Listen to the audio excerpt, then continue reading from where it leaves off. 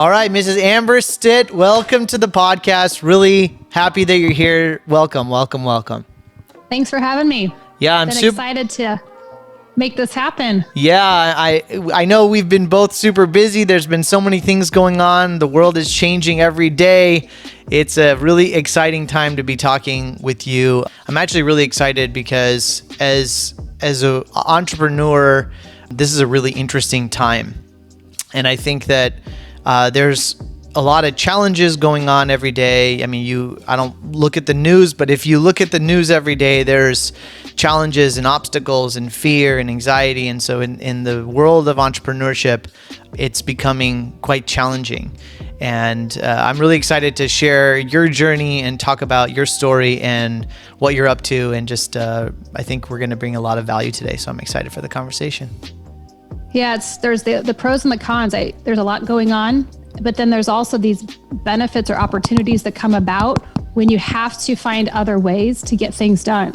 So for me, I've always been in a virtual practice. So in a financial industry where growing up with my father being a small business advisor, consultant, everything was in office and meeting people face to face. And so I actually worked for him in my undergrad years, and then that was back in Nebraska. I moved over to Arizona right before the mortgage crisis, 07, 08, that whole deal. But when I left undergrad working for him, I thought, gosh, the industry itself, I wasn't a big accounting person. So I actually was like, I don't think I can do this industry. I'm going to go pivot over to mortgages because that was pretty hot at the time.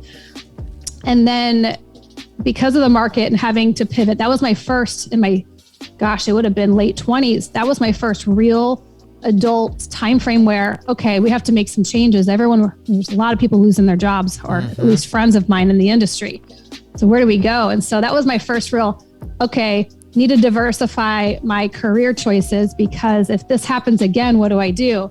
So kind of that timeline of leaving home, going out, having that first period of time to present. I've always tried to do multiple things to diversify just where the money might flow. Yeah. And part of my journey was to always stay in this safe zone.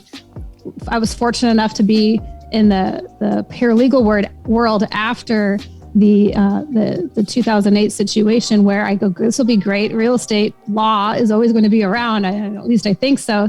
So I'll bulletproof my job and my position. But interestingly enough, my parents, my family brought me back into the financial industry after that point. And I said, okay, let's do it. But I went in remote. So I was able to start my client base working off of phone, email, texting was kind of new at that time.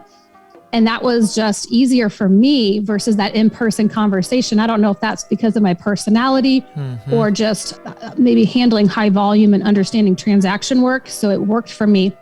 So it was already kind of there when a lot of the global events started happening with COVID and everything back 2020. But I thought to myself, what are people going to do if I'm okay? I mean, I'll do more and I'll enhance more with my business practices for my clients. Just that's what I do every year. But I thought, oh my gosh, what are people going to do?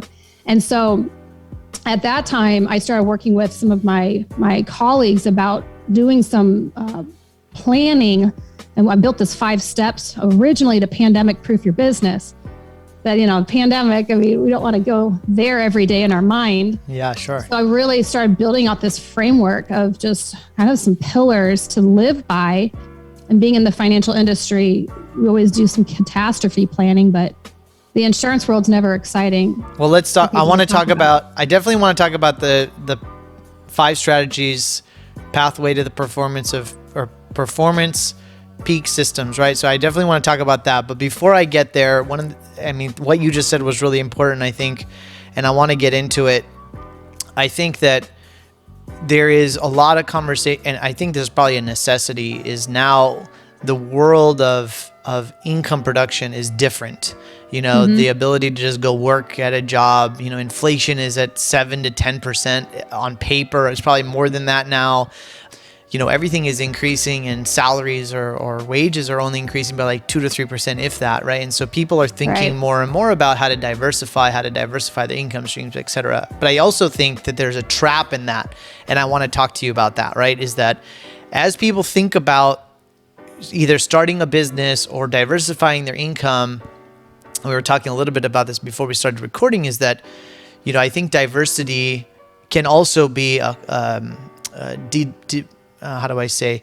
It can be a distraction sometimes, right? You're trying to be the jack of all trades. You're trying to get too many customers. You're trying to have too many streams of income. You're trying to do this and this and this, and really you're not good at any one thing. And then, God forbid, potentially you lose your mainstream of income, or you lose your job. And so I think a lot of people, right? And so I think a lot of people who are listening to that story that you just said, I love what you just said, but also I think, how do we be more intentional or more thoughtful about how we diversify and not get potentially too distracted? Because I know for me, even like, as entrepreneurs, we're creatives, right? We can come up with a lot of ideas and we're doers, and we can I'm going to do this and I'm going to do that. And then you're like, oh man, like 7 out of the 10 things I just wanted to do didn't work. Well, it's because you're distracted. You're doing so talk to us about that and tell us about your experience in that. Okay. So where do we start? So that journey I just mentioned, that was in an employee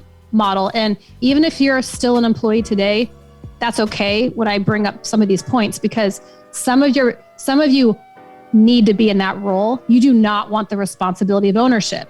I work with a lot of physicians, and some of them love the production model, multiple procedures, earning collection based. So we won't dive into that, but some people just need the guaranteed salary that makes them feel better as a person. So throughout my journey, I was trying different things, being younger, trying to figure out, what do I really love doing? Part of that was when I was going in and out, going through transactional work into the financial industry. There's so many, finance is great because there's so many places you can go. Mm-hmm. I didn't have a big numbers accounting background. That wasn't my passion, but I was good. A minor in economics, and I loved learning about the markets and products, a high input person. I love learning. So how do I share that with other people? So I went into, and like a lot of people in my industry, they try going into financial planning, maybe investments. I got my Series 7 and 66. I took the CFP one time, wasn't able to pass, really hard exam. Got my CHFC, which is a chartered financial consultant. While I'm going through this, the insurance transaction world is something that I gravitated towards that. That was probably because I loved the transaction work in finance and mortgages, and then going into paralegal work, the legal side, the words, all of that was something that I realized I had to then, when I shifted out of working with the family and going out on my own, I was actually pregnant at the time. So I wanted a little bit of a change so I could figure out the family dynamic. Sure. But I niched down to disability insurance and term life insurance as the two products in a more of a medical professional market.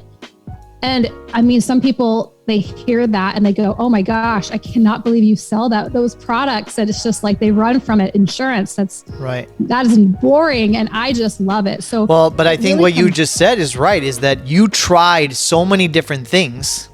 And then it's slowly you learned that you had to narrow to what you enjoyed or what you liked, regardless of what it was. It's self-awareness. So I feel like you mentioned a couple things indirectly already about self-awareness. I have learned you have to give yourself some grace and study your personality and really dive in. And that's one of my first points of my pathways to peak performance model. You have to focus on your talents. Do not try to fix what you're not. But also be honest with yourself, because there's all these little shiny balls and distractions and marketing out there online. And as we're scrolling, especially we get now, up in so many there's things. So much stuff. There's so many hooks now. Yeah. So there was a statistic I read that 58 minutes a day is what people are doing on TikTok. They're viewing. That's their view time. And so something I'm really passionate about that has nothing to do with risk management and insurance is, as I've worked with people over 10 years, so many families, individuals are not organized with just some basics at home. And I go, all right, time is the most valuable asset. You could get organized at home. And I'm talking about simply a spreadsheet, husband, wife, even the individual. where are your account numbers, beneficiaries, all these things that need to get organized if something were to happen. That's like no brainer. And that's free. It's just your time. So many people that I meet don't have that. And we're talking all ages. So something else is like you focus on your talents, but how do you then set goals and do some risk management for you based upon your personality type? That's huge, I think, for anyone to kind of lessen the burden of all the stress that's out there right now. Well, I think that, again, going back to the whole niche thing and, cleaning your head, right? Getting focus. I think that most people who are listening are either entrepreneurs, high achievers, trying to figure out how to perform better, right? And so I think we end up being high performance human doers and not human beings. And we end up doing, and we don't ever focus on like organizing or clarity or process. And I think what I love about your story is that you've tried different things, you've experimented with different things. You're working on life harmony and being a mom and being, having a spouse and all that fun stuff.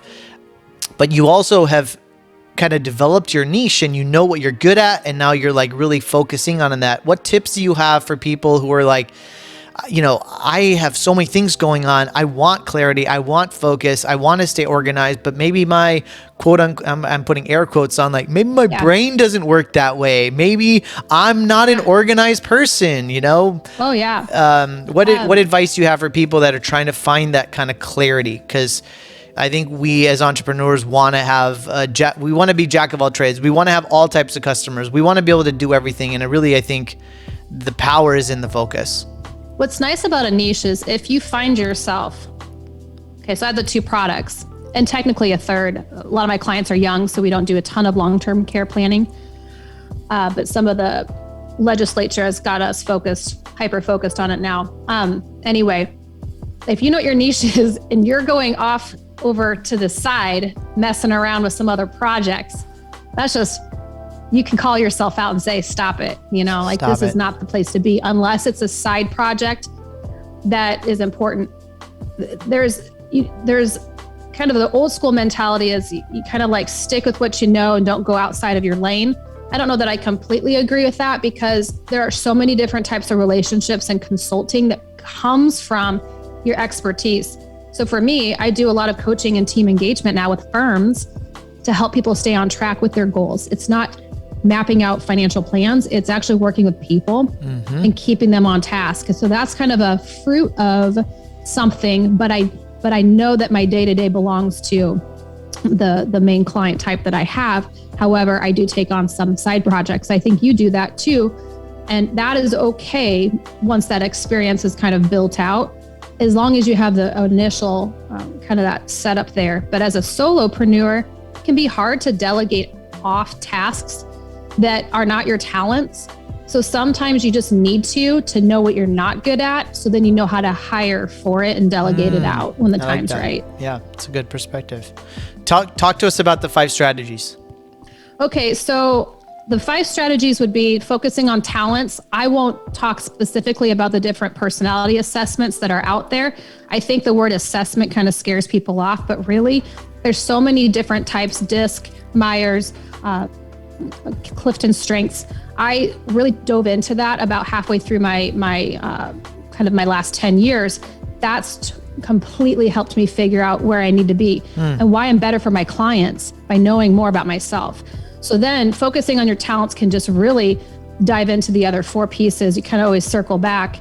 So the first one would be focusing on talents. The second would be focusing on money. Gosh, you could talk about so many topics there, but you really need to focus on how are you going to meet the goals, and then working with your partner, your spouse, your kids, whatever it is, they're not going to be the same as you.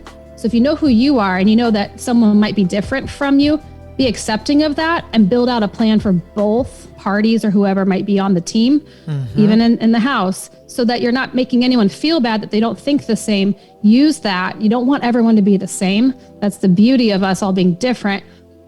Be accepting, give yourself some grace, but give your counterparts grace too. There's going to be more success when you understand each other. Not everyone's going to compute money and care about money the same way. So that would be step 2. That could be You could go down the rabbit hole on that quite a bit. Yes, we can. The third part is risk management, insurance, but risk management would be like, think about leaving the house. And this is morbid, but this is the world I live in. If you never return, you end up having an accident or worse. What steps have you put in place to make it seamless and easy from a virtual perspective to gather information, get, emergency contacts, all those things? So there's some systems that I build out for clients for that, but that's a no-brainer. And again, going back to the minutes and time we have, you have time to get some of the basics done. Take care of that and be proactive and not reactive. That's just takes so much stress off your plate. Mental health, all those things can, when you plan, you have less stress about the unknowns that are going to happen here and there. Fourth part is marketing and technology. So you could probably chime in on this. I think one of the biggest lessons probably happened last quarter for me, where you try different things and you get distracted a bit. You might sign up for an educational deal or a marketing system. And everyone's got this great marketing system and they're going to have all these statistics for you. My industry is really difficult. No one's buying life insurance off Instagram. There's not this product that people are obtaining that's exciting and something you can TikTok about. So anyway, a lot of these companies will promise results and they don't tend to perform. There's a lot of high ticket coaching.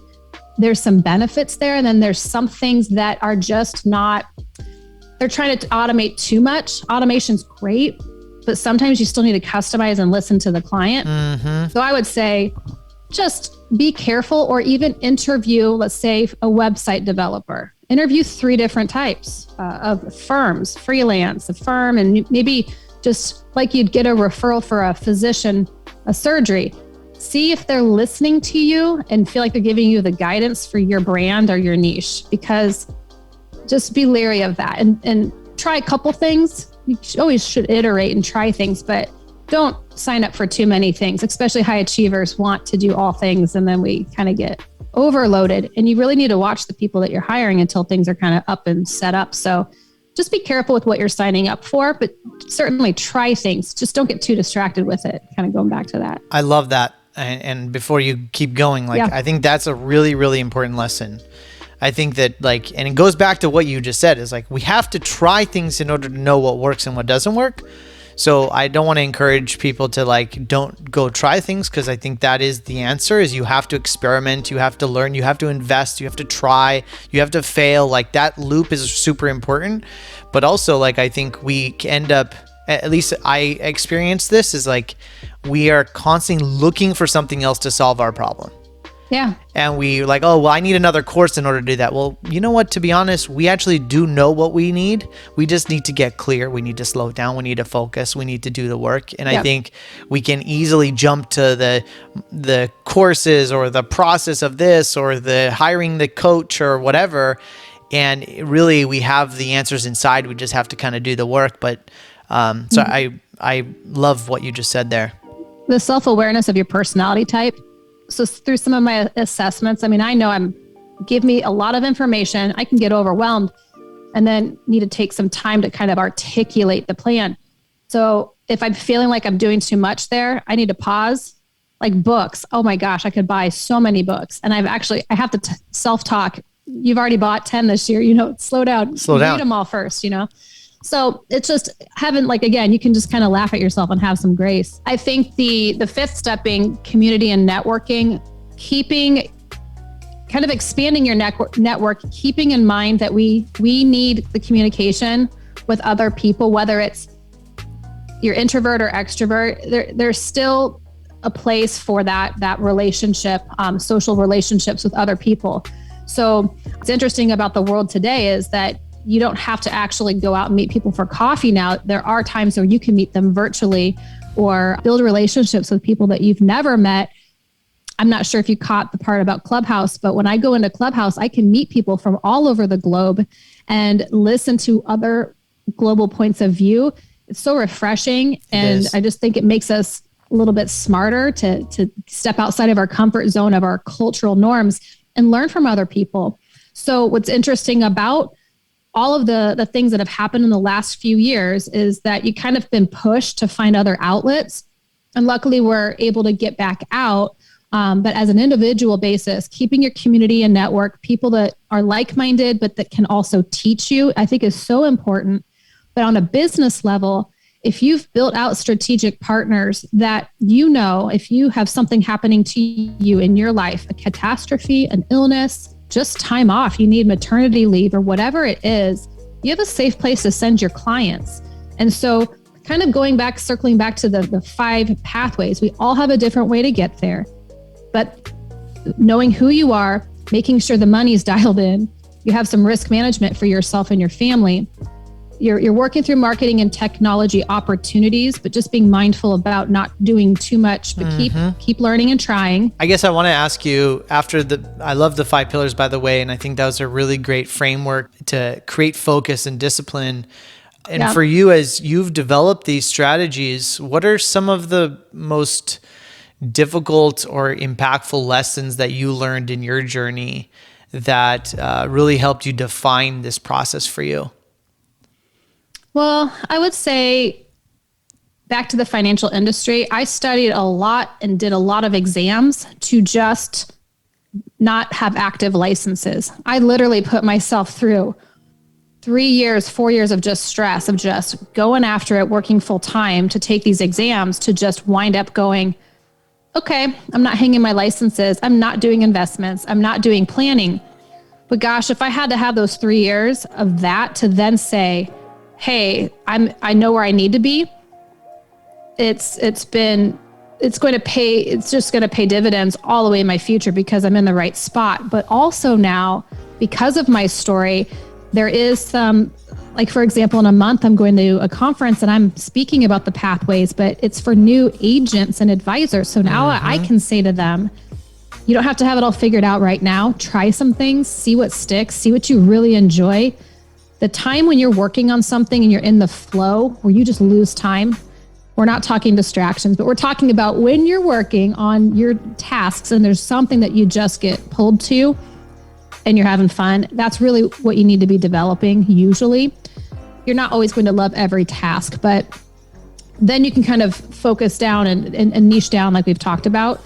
So I guess those are not like major problems, but it was hard for me. I had to leave a business, leave my clients, start over and say, okay, I'm going to do just these 2 primary products and be okay with it. But it does feel good that I have no anxiety about what I'm doing. I know I'm exactly where I need to be. So every time I talk with people about the products, I love the conversation. And that's better for them too. We talked a lot about your clientele being niche. I like that strategy a lot, but you also have this experience, the beautiful opportunity and experience to be able to meet with business owners of all different ages and different geographies and different places in their career. In your experience, as you bring this framework to people, whether they feel like they need it or not, you're seeing kind of what works and what doesn't work from an entrepreneurial perspective, right? So from your perspective, what are some of the things that you see what are the commonalities, right? In successful entrepreneurs who know what they're doing or maybe are working towards a path to success, or people that are just struggling and failing. What are some of the common traps that you see in working with so many different types of entrepreneurs? Something that stands out in my mind is working with business owners, super successful people, not having a plan for their succession. So I guess the overall overarching problem is, and I hate saying planning because that's such a general term, and I'll say a lot, take action today. Don't be reactive. There are people that I look up to that are very successful, and whether it's their firm or, with their wealth, that don't know where they're heading. And they don't have people in place for the transition. Leadership needing mentorship. I can see where, don't get too caught up in the rat race, I guess. You have to come down to the foundation. What I've seen is leaders, once they get going and they start making money, they kind of forget to come back and lead their people. A lot of leaders will do some sort of executive coaching, bring the teams in, have their people be trained, but then they I call them like little balloons of idea brains, just floating into the sky, and pull the string back down. Entrepreneurs are so great with ideas and being futuristic, but they do need help coming back to the basics. We've got to look, and it's kind of going back to processes and foundations and building that out. I worked as a paralegal for a top 10 home builder. I'm in the legal department, very successful company. And their legal department had all these missing signatures on a lot of these trade contracts. And they're just making money. So there wasn't a lot of effort to go back and fix the problems. And if there was something bad that would have happened, they could have been in big trouble. Very frustrating for people that are working for you when you don't care about really what they're doing for you. So I don't know if I fully answered your question, but yeah, those are good. I think that we all need help and keep learning, and we all need some sort of mentorship, however we get there. That's why there's a lot of study groups out there where people meet with others maybe once a quarter just to get together and hash out some of those business ideas. But to come all that way to be in a position of transition, retirement, other things, and kind of feel lost, it shouldn't be like that. And I see some of that at 42 with people that are 20 years older. And I go, gosh, I'd never want that for myself. And anyway, so I don't know if that helps. No, I think it goes back to sort of your comment about awareness, right? Your first pillar in that. I mean, what I'm hearing is that like the more we can learn about what we're good at and what we're not good at. And I think a lot of business owners are creatives, perhaps ambitious, and we don't want them to lose that. Well, right, so exactly. But we end up finding that, I don't care about the details, or I don't want to close all the energy loops, or I don't want to sign the contracts because that's a waste of my energy. I just want to focus on moving forward. I think that is a kind of what you're saying, right? Is it's a huge risk if you're not paying attention to that and knowing that you need to fill those holes. Yes. And you just reminded me, what I could say is that it's interesting. People tend to hire people similar to them because they have a good time, great interview. Oh, we can do so much together, ideas, boom, boom, boom. But you really should be hiring or plugging in opposites. Oh, so good. You'll never get anything done if you're having too much fun with your team lead or whoever they are. That's a common mistake, I think, when you have too much of the same energy in certain roles in your business. You got to get that. I've heard some people that I follow that are very successful saying, I hire people smarter than me that are completely opposite of me because they need to fill in those holes like those that what you're talking about. You've got to build out and fill the kind of that yin and yang of the even in your relationships too. It's okay to be different as long as you have that awareness and be accepting of that. That is the best. That is the best advice I've heard in a long time, and such a great reminder that, because even for me, as we hire and we grow and we have teams that work and that don't work, when you go back, you really is like, okay, well, why did I hire that person? Is it because I liked them, or is it because that they were different than me, or I didn't hire the person that was different than me because blah, blah, blah. Like, I think that is such a mirror today. So that's such great advice. Story. I coached a firm and I worked with one guy. We did some one-on-ones, and he's just so positive and energetic and go-getter. And he actually, shortly after we coached, this is a team situation, he went off on his own and started his own company. It's like, oh gosh. So the leaders were like, thanks a lot, Amber, but they were joking. They had an idea that he was probably going to do that at some point. So fast forward last year, in the last 6 months, he goes, hey, I'd like to do some coaching for a new hire. And his feedback was, he's so different than me. So different. We're not the same at all. I said, perfect. That is going to work out perfectly. You need someone to do all the details in the case management. You need to be out there meeting with clients. It's a perfect business situation. So I was really excited that worked out for them. I love that so much. And that's a really, really great lesson. What keeps you up at night? Oh, well, actually, I have for example, I have something coming up where I'm speaking, and for whatever reason, what keeps me up at night sometimes is just some of the ideas, the business brain. And what my message and story is. So if I have an open project, it's upcoming. It's almost like writing without literally writing on paper or typing it up. It's like my brain is rolling through the things I want to say. That's what's keeping me up lately. That probably isn't super exciting to say that to you, but I actually have quite a big fear of public speaking, and it doesn't make any sense, but it's something I work on all the time. Well, to kind of give you some grace there too, and we were talking about this in the beginning, is that I think that trying to have a message and trying to share that message with people can be stressful. And you're putting yourself out there, you have a podcast, you have a blog, you're trying to serve your customers.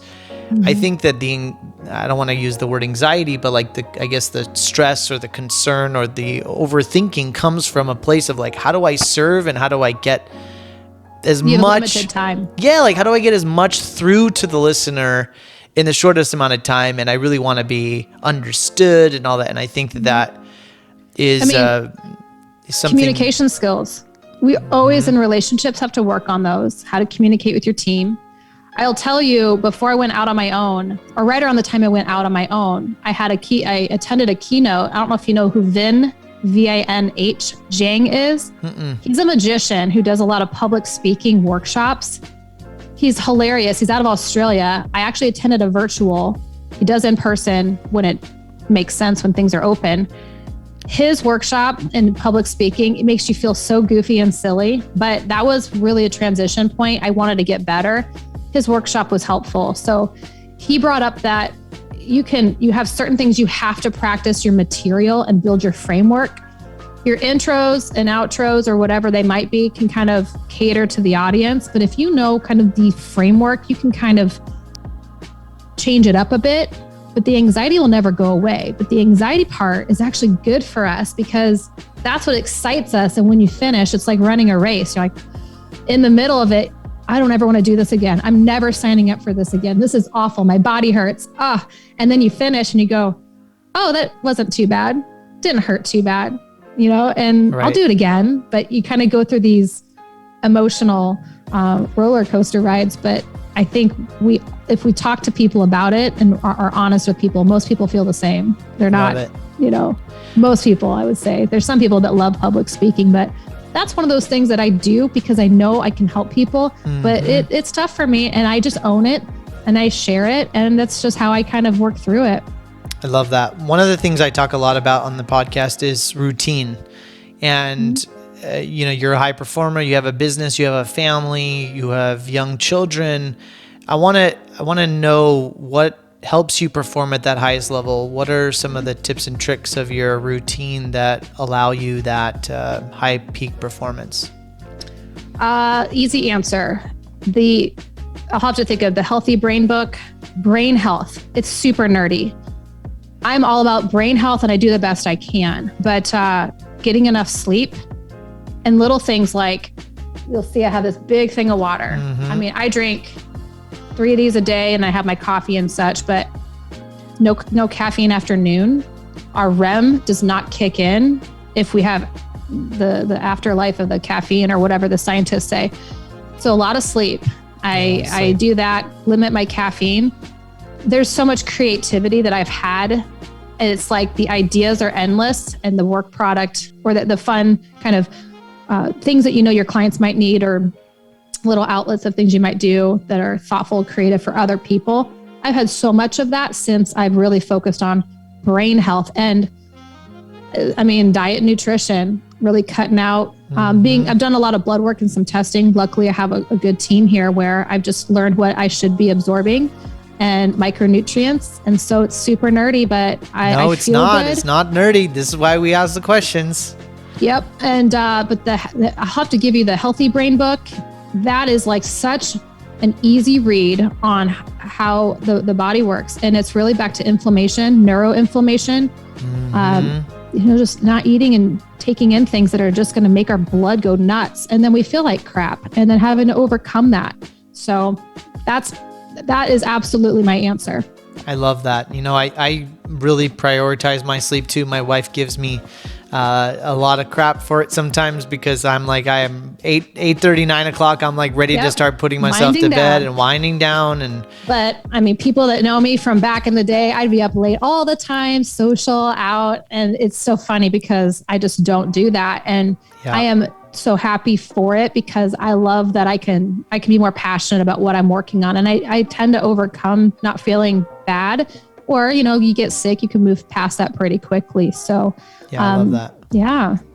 Yeah. And the water too. I think people underestimate how much healthier you feel with just increasing your quantity of water. And it's such a simple thing, but it's so impactful. It's so valuable. And overall your health, it's so simple, and your overall health just significantly improves. You can feel it in 2 days.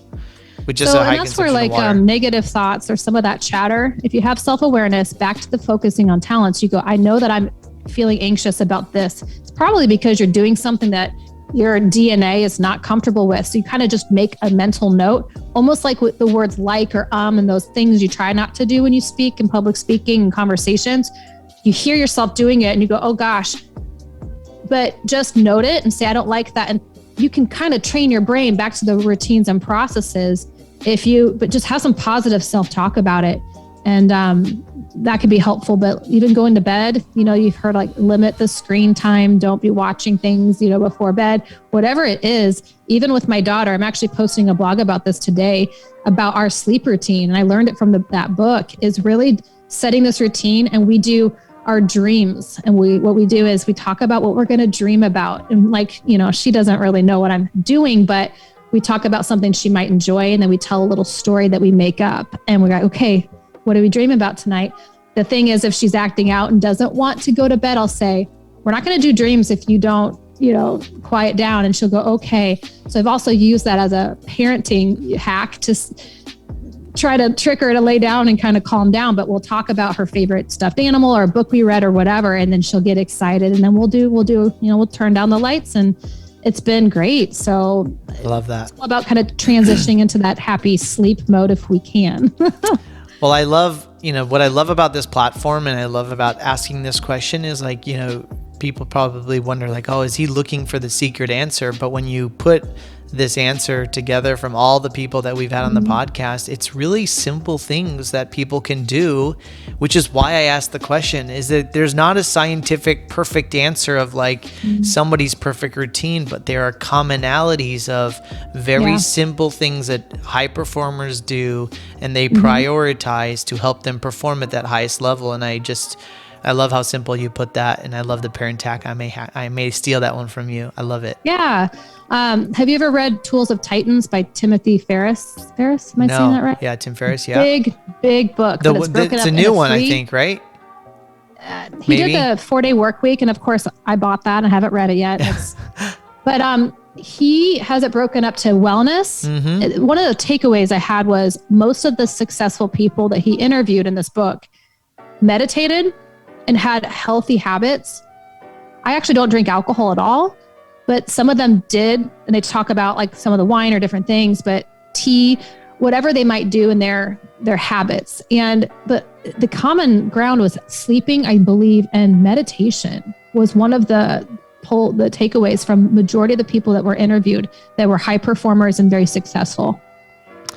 So it's a nice book to just open up and flip through the chapters.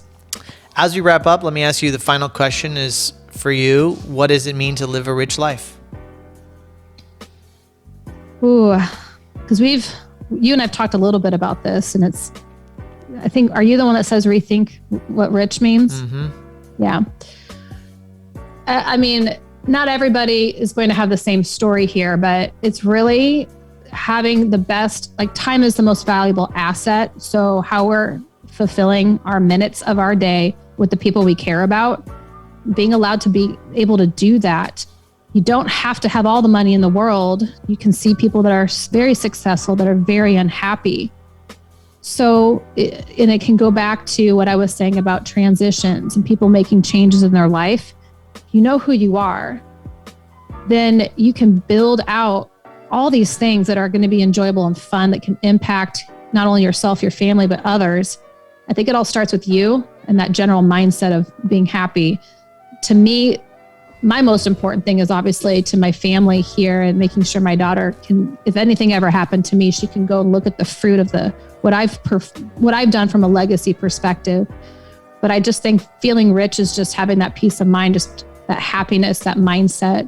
There are tools that you have to participate in to get there, but just having that overall sense of peace. I mean, to me, that's what makes me happy. And it's really been my last 5 years. I love it. It's been like that because of all the things I've paid attention to and kind of learned. And every day is not perfect, but usually those days are the teaching moments, and that's okay. Well, I just really appreciate you being here today. I love your energy. I love your story. You have so much to give. We're going to put all your links and your social media and all that in the podcast notes. And reach out to Amber. She's pretty available on Instagram, and she puts a lot of great content out there. And she has a book, so reach out to her. And just thank you so much for being here today. I really appreciate you. Thank you so much. Thanks for having me.